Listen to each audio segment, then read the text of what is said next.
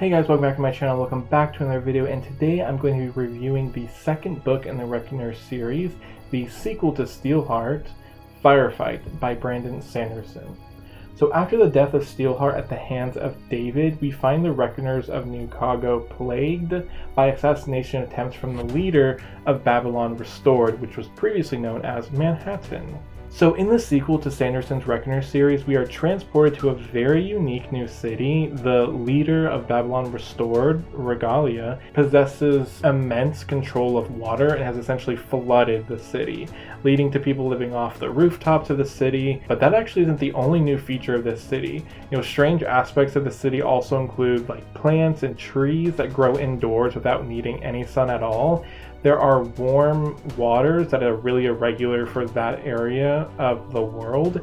And most interestingly, the spray paint and fruit that grows on these trees and stuff like that, all of that like glows like neon lights after the sun goes down. This does attribute the citizens to living a more nocturnal way of life. I ended up enjoying the world of Firefight more than Steelheart. It reminded me of one of like my favorite series, Infamous 1 and 2.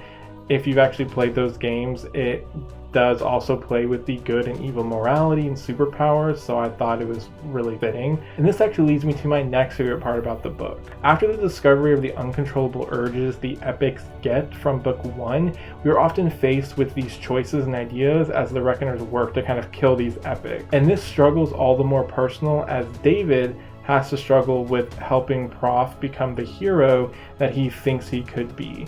And there's not just Prof, there's the former Reckoner traitor, Firefight, that David has to deal with. This leads me to my next favorite part of the book, which is Megan. Without a doubt, Megan makes this book all the more better. So when she comes back into the story, and honestly any scene that she's in, she immediately piques my interest and had me wanting to read more.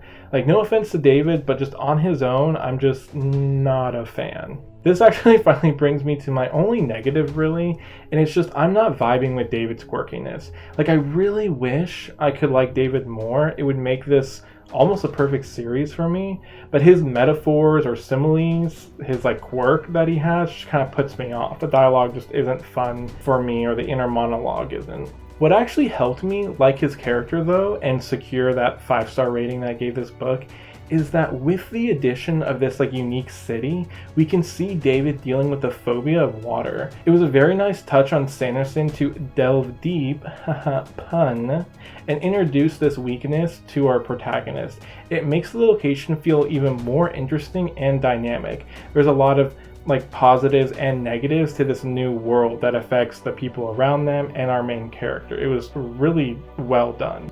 I am happy to say though that a lot of the potential issues with David's more like perverse thinking from the first book has really simmered down in this one.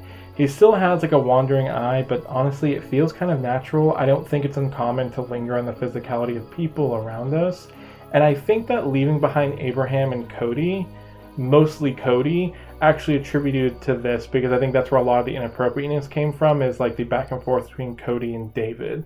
But leaving them behind back in New Chicago, we ended up learning about a new team of Reckoners, and they have their own unique personalities and traits and attributes. And I felt like this new team actually really helped the sequel feel refreshing.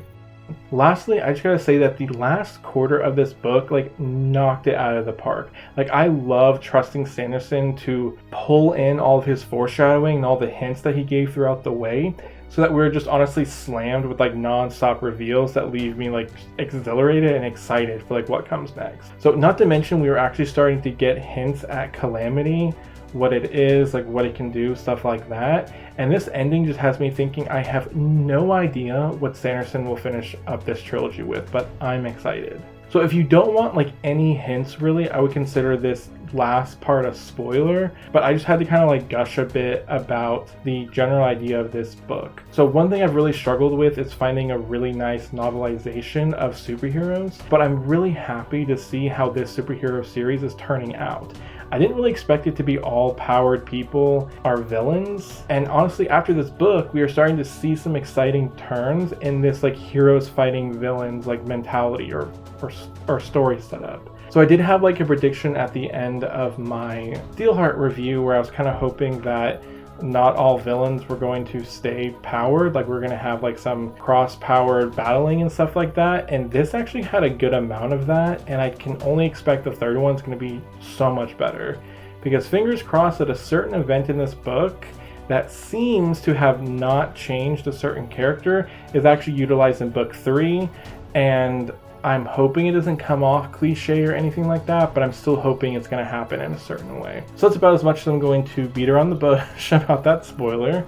So that's actually going to be it for me. This was a really great book. Like I said, I honestly thought of it as a 4-star for most of the time until really the end.